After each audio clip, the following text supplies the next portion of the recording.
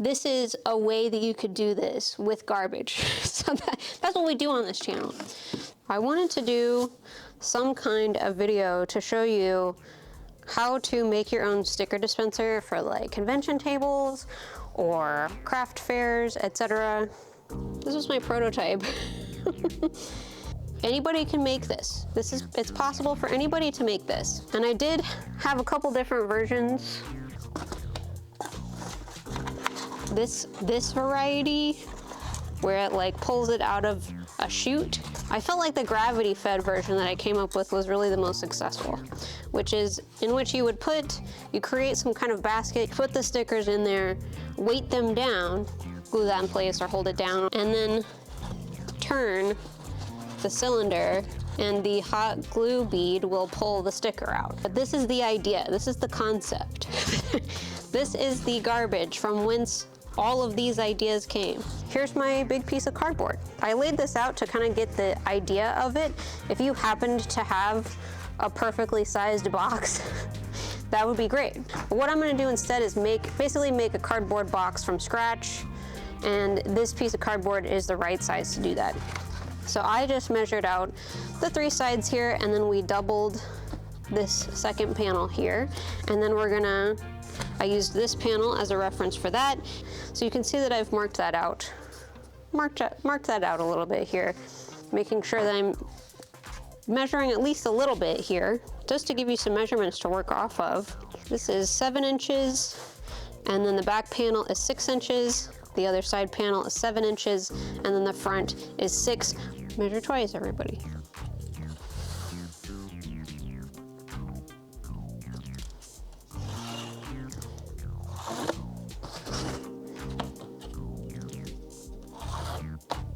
Hey everybody, you should always use a sharp blade, a brand new blade. Mine is not brand new. Can you see how the tip is dulled like that? This is x-acto blade number 11. I'm gonna use it anyway. But if you want your cuts to be super clean, you should use a brand new x-acto blade, okay? And it's okay if you don't have like a perfect workstation. I feel like anytime I watch people make stuff on YouTube, it's like, okay, we're gonna cut this out, and they have like the biggest table you've ever seen. They have a beautiful craft table. We do not have that here. This is just my workbench that I have too much stuff on all the time.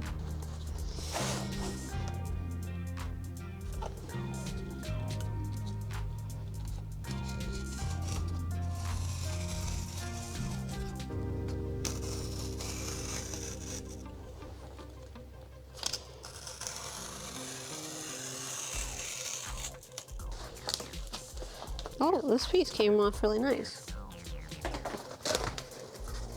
There's our nice piece of cardboard. We're not cutting all the way through, okay?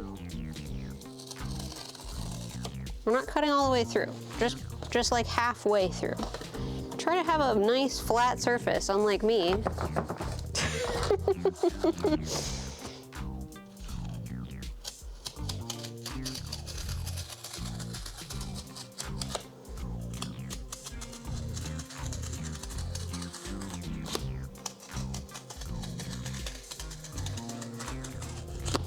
But okay, this one wants to do just fine.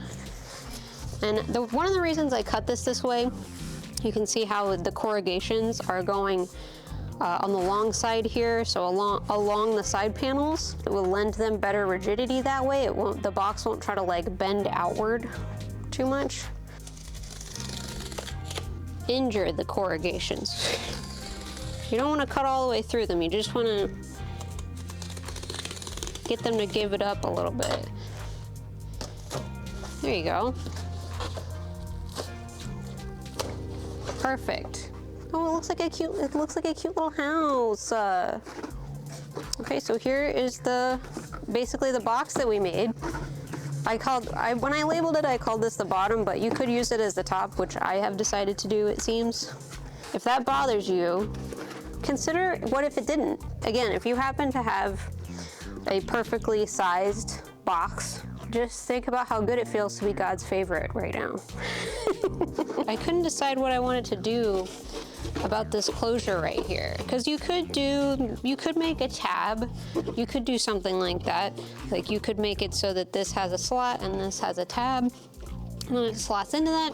But I don't really like those solutions because they're, I don't know, they're wear items at that point. So then you have to end up having to replace it. We're thinking. The idea that I had was to get a couple pieces of like thinner cardboard, maybe not corrugated, maybe something like cardstock, and then use magnets. Like I'll put one as a flap here and one on the side here. And then I can be like, boop, we'll see.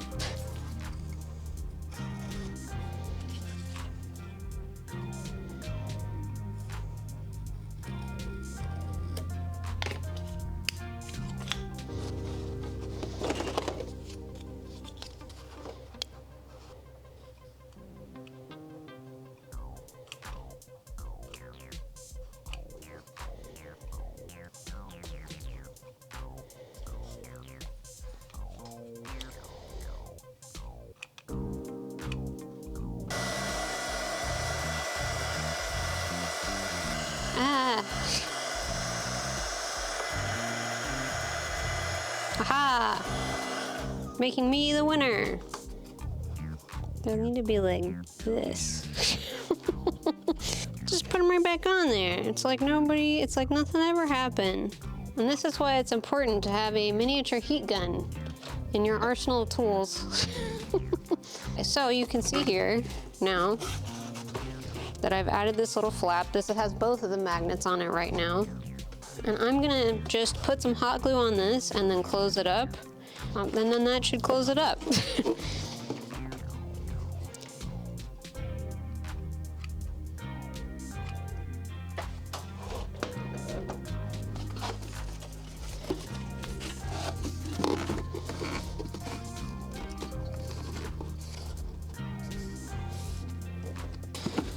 I should just be able to, it's not perfect, but it's pretty good, so that I can work on this and then put it all back together.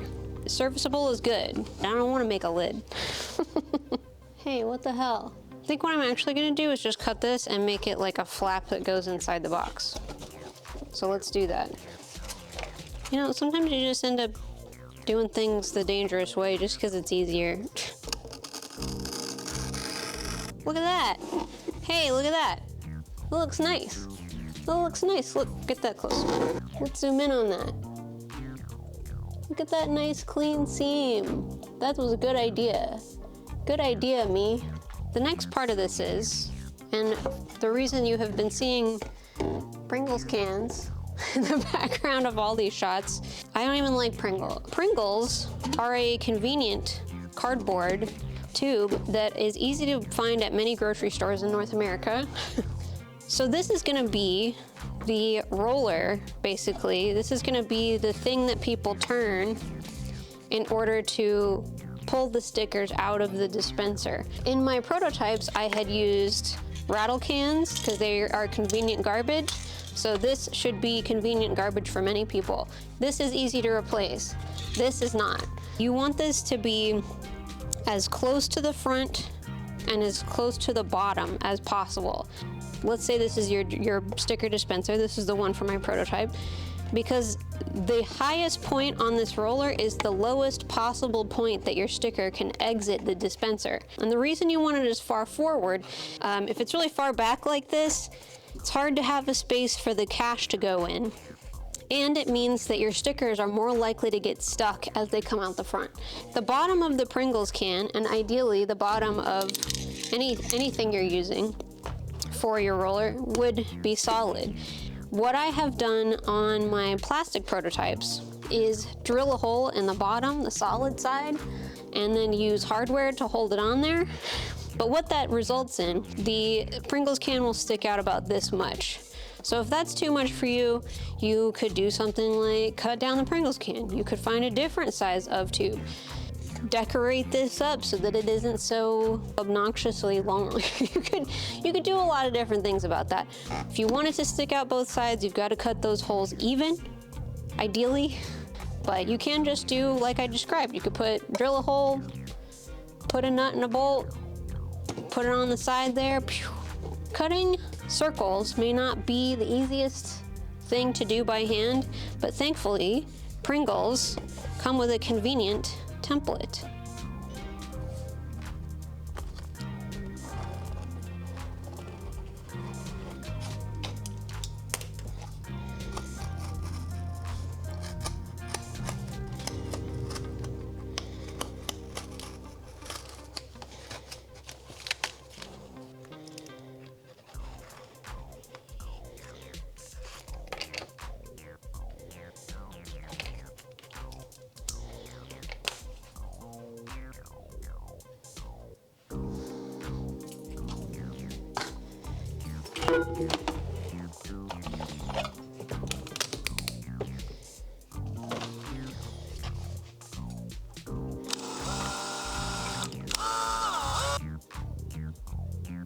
This is an M6, and then I've got a nut with a flange.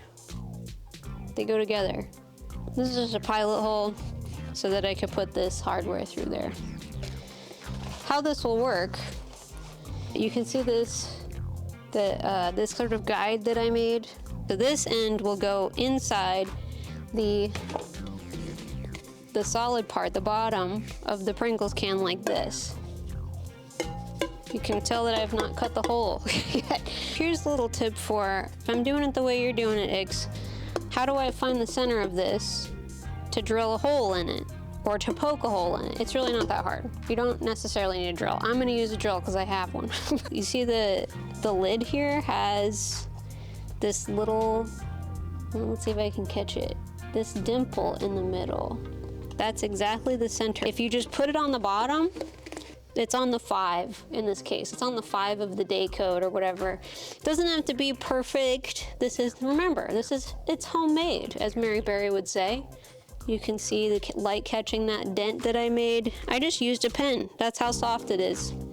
Now I can drill a hole. Don't get hurt. Don't get cut on this. If you're like me and foolish. Yeah, use a little sandpaper to clean that up, or a little tin snips if it gets kind of gnarly.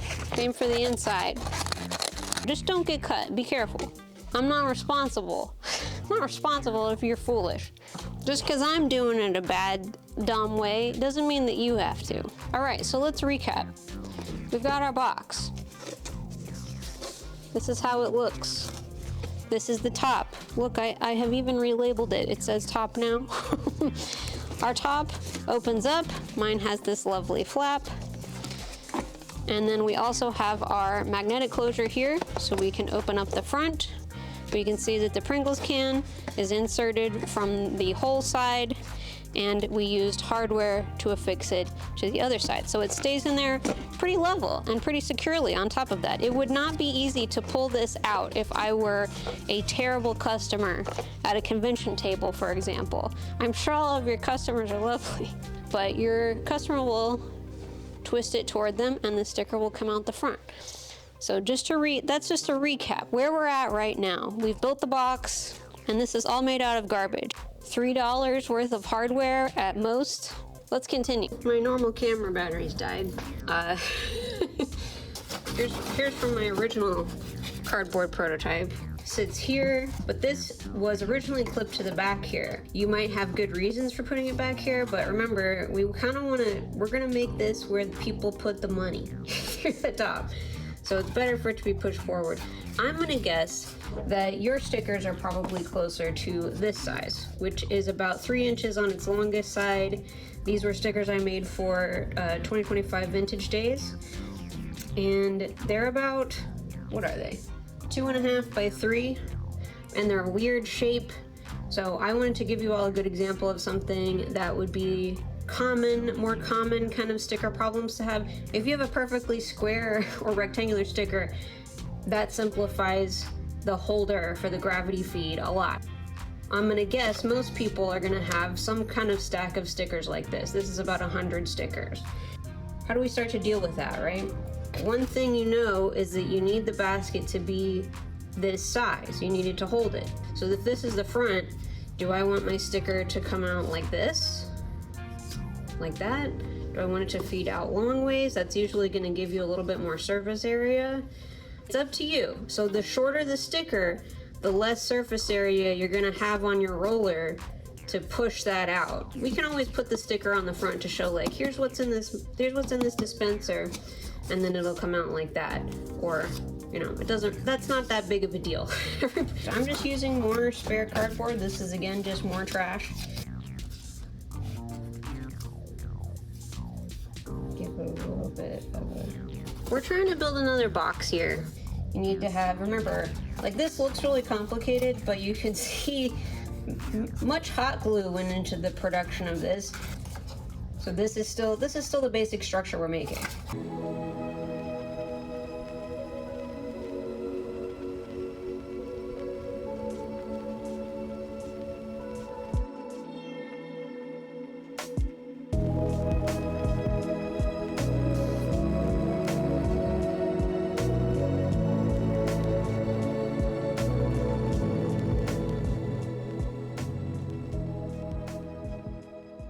Here's my stack of stickers. Fold up the sides, fold up the back. We are gonna hot glue these flaps together, but then the stickers go in here. And mine is a little bit of a tight fit. I don't know if I like that, but it's not too bad. I might just try this and see how it works out, because you can always make more stuff out of junk cardboard.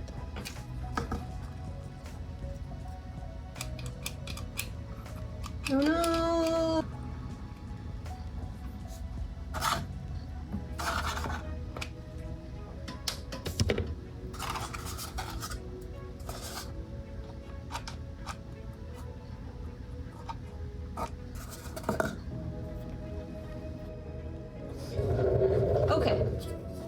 Okay, so the last part of this that's missing is this kind of slot in the front. You can see my my old prototype is getting very worn out. But the idea here is that the slot that the sticker comes out, which will be the front of the dispenser, is only one sticker high. So only one sticker can dispense at a time, or print, or whatever you're putting in the machine. So I recommend like maybe tape it on there for now, and then when we go to install it in the dispenser, you can adjust that as needed as well. And then you can like glue it in place and make it really permanent after that. We have our basket that we made without the front on it just yet. We're gonna be putting a bead of hot glue so that it lines up with the slot that we made. So I generally like to position this so that it's like right in the middle. It gets a good contact point here. But that does mean that it will pick up the sticker somewhere around this point, and then basically the sticker will be pulled out by the bead of hot glue that we're gonna do. So how does this live in this box, you might be asking? My thought for this version was to get a piece of scrapped cardboard, cut it down, like make little flaps, and then attach it to the back here so that it's held up and attached to the sides.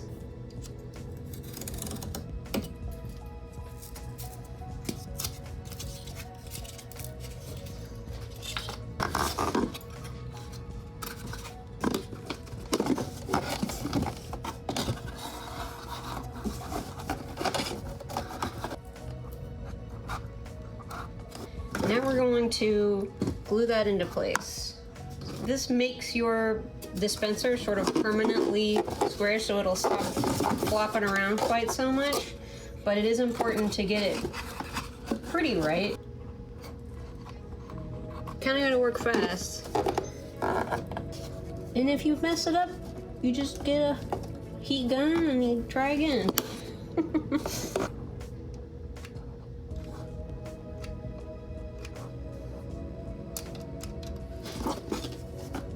Okay, it's glued in, for better or for worse.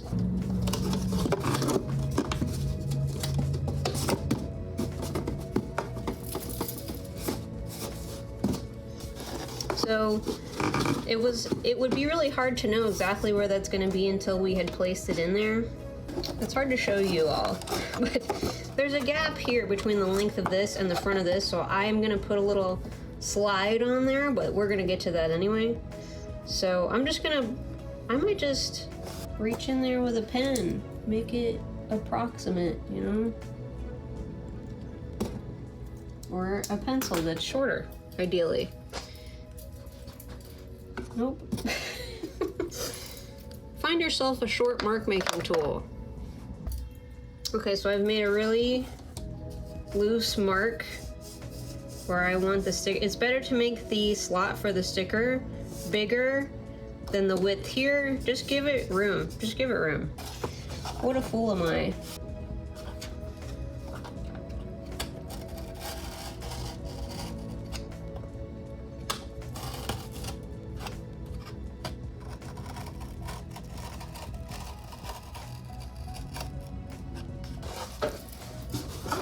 I don't know, shoot up the front a little bit.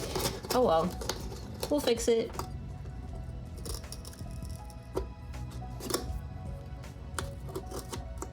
This is why it's important to use a sharp x-acto blade, kids.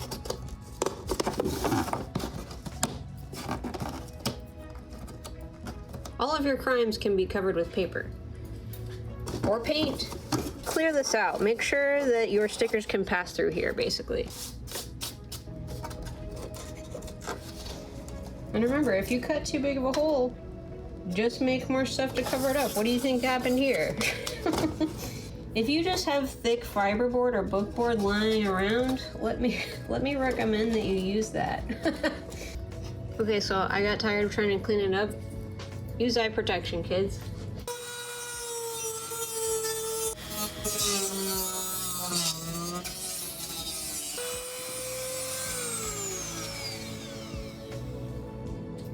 Also use a respirator.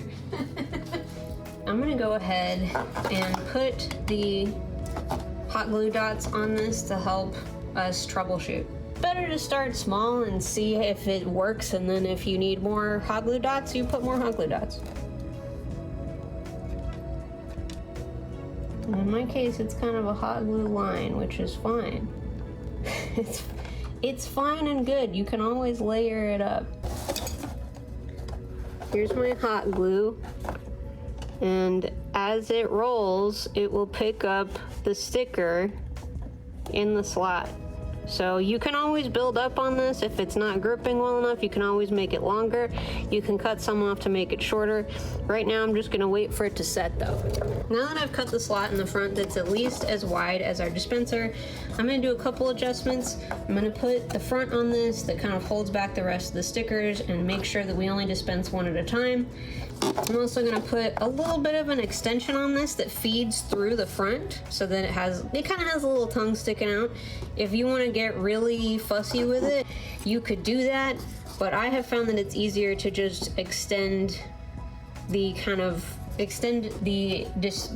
basket tongue out, basically. You'll see what I'm talking about. Our hot glue is set in here. I'm gonna put stuff. Okay, so this is a little tight in here, but it's all gonna be pushed to the front. There's my stickers. This is the very inexpensive weight that I'm using to hold down the stickers inside the dispenser. This was hardware that I got at a gas station and put in a plastic bag and then taped it up because I was desperate. I forgot my weights that are very similar to this when I did this setup at Vintage Days this year. So anyway, so that weight goes in here like this.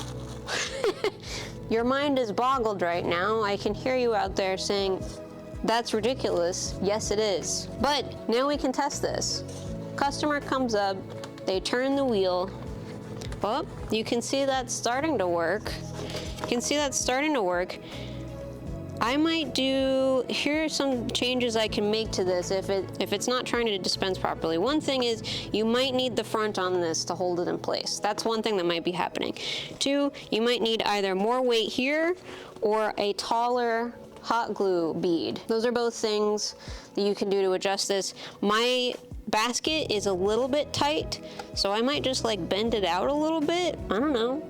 So more weight, more hot glue, or adjusting the actual gravity feed basket. Those are all things that you might do to kind of adjust the sticker dispensing here. And again, you can see it's trying to pull that out. I'm gonna build a little tongue that goes through the front of this. It goes through the slot over here. This is also a good time to see if it lines up. Mine is a little bit low, which is also something that'll be helped by there being like a little tongue to feed that out there. And we can always make this taller too.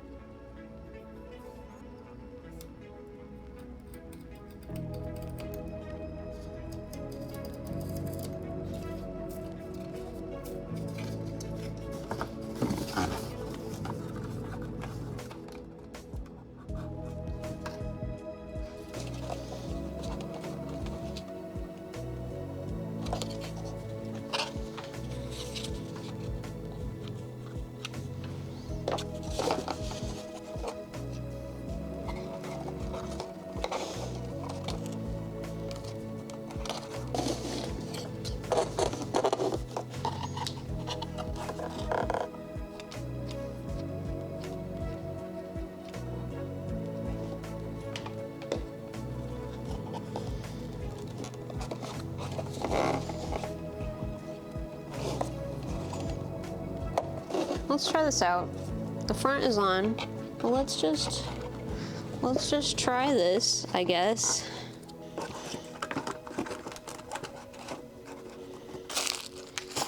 That's on. Okay, let's see how that goes. Get out of the way. Oh, okay, we've got a little bit of action there. I think I'm gonna make the glue dots taller.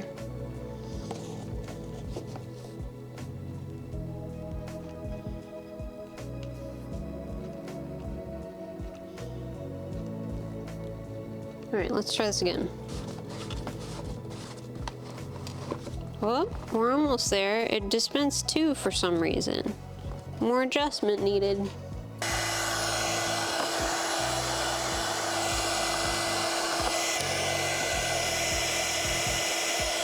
So I trimmed a little bit off of the hot glue because I think it was just pulling too many of them from the back. So we're gonna try this again. I'm just showing you my process because it's like, it's not perfect. You're gonna be spending time babysitting your iterative changes. Okay, I hope this works though. Well, it's still pulling several. All right, so my stickers are out. And here's what it looks like when we go to dispense a sticker. But as I turn this, the hot glue bead that I put on there, which you will have to play with the length of depending on your sticker, and the height as well, grabs onto that sticker. As it rolls forward, it starts losing contact with that sticker about here. So it can really only push from here to here. That's really only a couple inches, which is one of the reasons why the shorter your sticker, the harder time you're gonna have dispensing it further out of the machine. So it's all gonna be a little bit of a compromise. It's some problems that you have to solve and really come up with your own solutions for. Like, you may not need this little flap that I made that holds the box down if maybe your weights are heavy enough, for example. You may decide that you don't. Maybe you are smart and you put your basket forward enough that it butts up right against the slot that you cut on the front, and you don't have to have this little tongue delivery guy. It's really all up to you. This is a kind of DIY video where you're gonna be doing a lot of the problem solving yourself, because there's no way to make a one-size-fits-all solution for this, especially with no money. You might also be noticing, why is there pieces of cardboard in your gravity feed basket? Well, this is such an odd shaped sticker that I needed this back piece to kind of hold everything. It's acting kind of like a spring to push the whole stack forward. And then you can see there's like sort of a weird gap there at the front. And what was happening was, as the stickers were dispensing, they were coming out cockeyed and getting stuck. and that wasn't something that I could overcome in any other way except to just jam a piece of cardboard in there. I might have to readjust these if I were doing like a day-long convention. You can also see that I bent my gravity feed basket a little bit wider instead of remaking it because I'm lazy.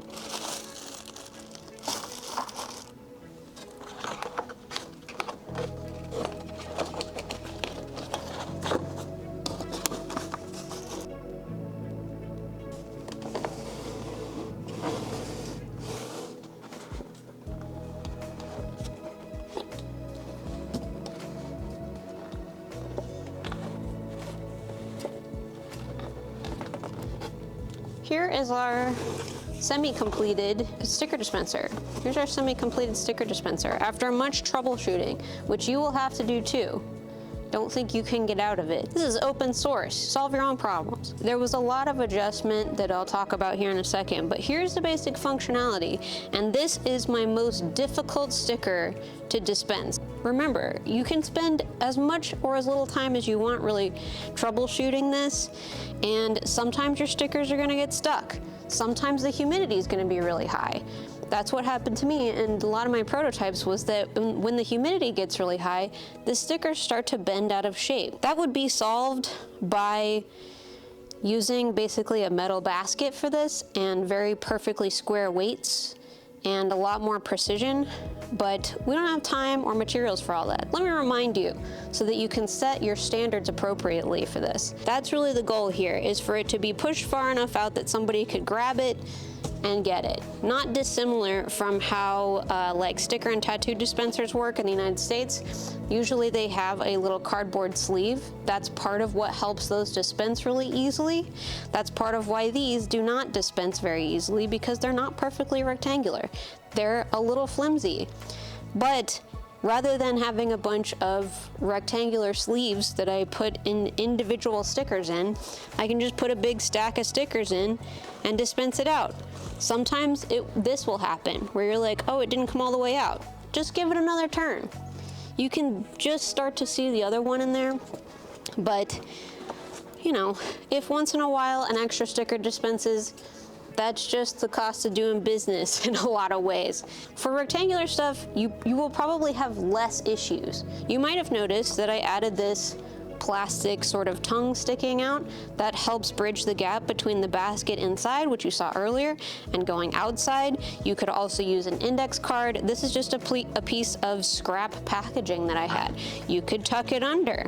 You could just make it so that it barely comes out. You could trim it down. We're gonna look at some ways to decorate that here later. Still opens up the top like this. I'm gonna clip that. And then this is the only part that can be kind of a hassle if you do have to use a ramp like this, which you probably will. And this is just hot glued onto the bottom of the basket, but it's a little, you might have to like push it in as you open the front. This is a very professional video. So you open it up. This should be very familiar to you at this point. We know about the door, we know about the magnet closure. This is the only part you really haven't seen, and it's just glued onto the bottom at the very front so that it's not interfering with this roller. You may have to do a little bit of adjustment where for how far forward or backward the basket is placed. And again, I cannot recommend a mini heat gun enough. Here's how we would close it all up, okay? So I've got my stickers, put them in there. It can be a little bit awkward to put this tongue back through the slot in the front. You can see from my numerous repairs that there was a lot of guess and check. It's really not too bad. It's a little awkward, but it's not too bad. It's just, if it were paper, it would start to get worn out after a while, but that's why I made it out of plastic. So the front's ready to go. Get my weights, put those here, and then I can just close the top. Normal box style. That's pretty much it, and now this is ready to be decorated for the most part. It's a blank slate really, design-wise, as you can see. It's really just a box. I did come up with a handle. It fits right onto the lid for the roller here. So I just take the Pringles lid, stick it right into the handle that I made, right? stick it right on. I could hot glue that, no problem.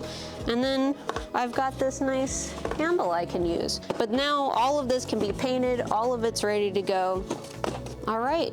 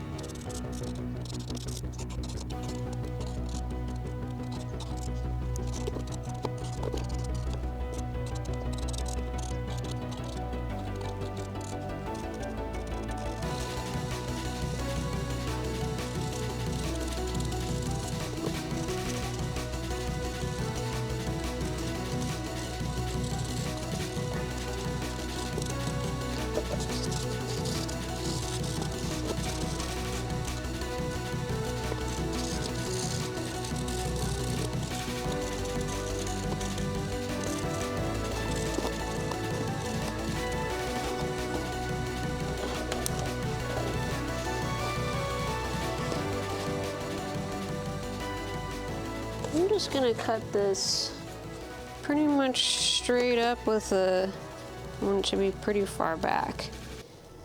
And try to make it bigger than you think it needs to be. And use a sharp x-acto blade.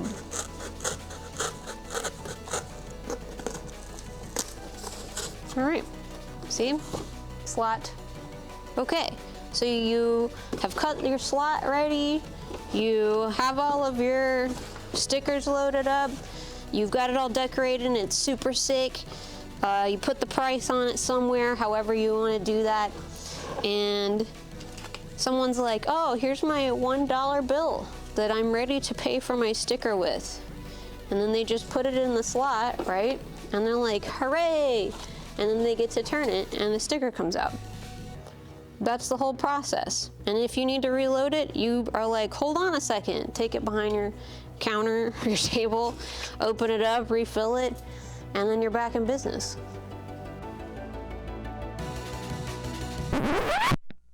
Hey everybody, Current Timeline X here to talk about how many things went wrong during the production of this video.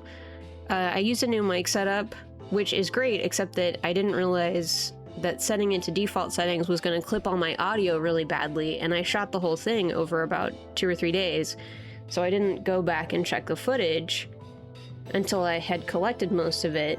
My camera batteries died in the middle of filming, and I didn't have time to charge them and come back and do stuff on a different day, because I thought this was just going to be like a low-key DIY video about garbage, and instead it turned into a much longer video than I expected. And with all of these technical problems and mismatched audio as far as using 2 different mics basically, and then right as I was about to wrap up the project in January, I had saved out a review copy of kind of the rough cut, and then I had like a security event in my life, so I had to wipe my production PC, let's call it, my workhorse. When I went to go use my Resolve file after that incident, I must have done something wrong and not consolidated the files in the right way. I still had a lot of my footage, but I was missing other ones too that maybe were stored somewhere else, but suffice it to say that that review copy was now the only cut that I had unless I wanted to start all the way over. And I was like, no, I don't want to start all the way over. So hopefully this video will be useful to somebody. I definitely learned a lot while making it, and I think you can expect future videos to be of better quality, let's say. So I really appreciate you watching, especially watching this part. Hopefully I'll make more videos soon. And thank you.